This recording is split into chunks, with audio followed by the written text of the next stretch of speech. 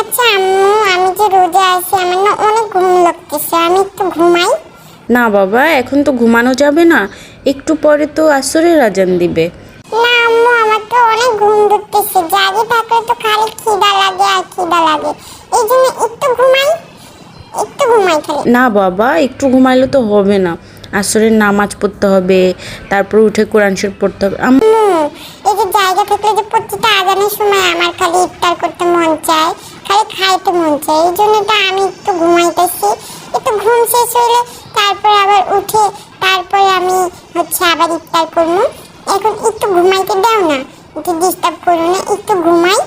তুমি তুমি কাজ করে যাও, আমার জন্য ইফতার বানাও, ঠিক আছে? হ্যাঁ, আমি তো শুধু সারাদিন চাকরানির মতো তোর পেছনেই খাটবো, তাই না? যে তোর জন্য ইফতার বানাবো, খাওয়া রেডি করবো, সব করবো আমি। আর তুই কি করবি? ঘুমাবি খালি না? তোর বাপ আমারে তো চাকর রাইখা দিছে। আম্মু, তুমি এরকম করো কে?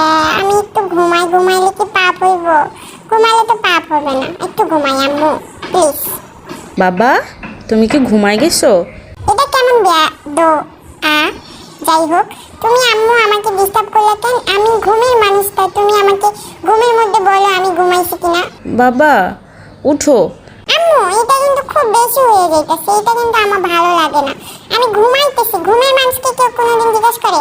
সমস্যা নাই, আমিও এটার প্রতিশোধ নিব, বড় করে একটা প্রতিশোধ নিব। তুমি যখন ঘুমাই থাকবে না, তোমার গায়ের মধ্যে চুলের মধ্যে যে আমি হিসু করে দেবো, দেখো। এটা সবচেয়ে বড় প্রতিশোধ হইব আমার এই রমজানে, দেখো তুমি। কি?